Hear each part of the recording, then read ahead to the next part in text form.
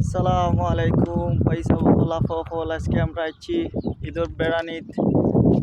তো যাই হোক, আমি গরিবর পক্ষ থেকে আপনারা সকলরে ঈদ মুবারক। তো ভাই সাব ফলাফল বুঝছো নি, আমি আমার কালাকারও ভাই আর আমার মেজো ভাই আমরা তিনজন আজকে যুক্তি একটা করিয়া বাড়ে গেছি বেড়ানিত। হয়ে সারা জীবন খালি জেলর খানার ভিতরে বন্দি থাকলে ওই বনি চলে একটু ঘোরা ফেরা করিয়া আই।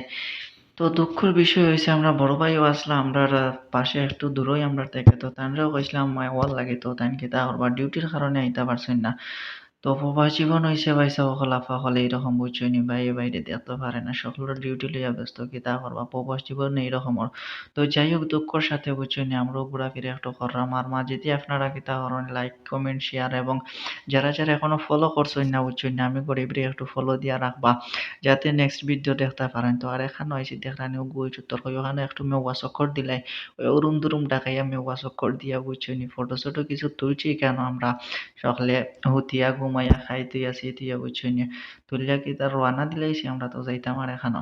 তো হঠাৎ করে আমরা গ্যাসও কিছু শর্ট, সামনে দিয়ে গ্যাস ফিল্ডও আছিল। তো যাই হোক সরকারি খাজানা থেকে আমরাও গ্যাস লই লিছি, লইয়া যাইয়া রওনা দিলাম আস্তে আস্তে ওই সাইরমকা গুড়ি গাড়ি দেখিলাই। কারণ আমরা সময় হইছে অত্যন্ত শর্ট, যার কারণে আমরা বেশি ঘোরাফেরা করতাম পারছি না। তো যাই হোক, রাতকের ভিউ আপনারা দেখাইলে খালি দিনত দেখলে হইতো না, কারণ এই দৃশ্যর ভিউটা হইছে সবচেয়ে সুন্দর বুঝছেন। তো যাই হোক, আপনারা যারা যারা তো আসুন এই দেশে আলহামদুলিল্লাহ দেখছেন কত সুন্দর, এই দেশে যত ঘোরাফেরা করবা তত সুন্দর।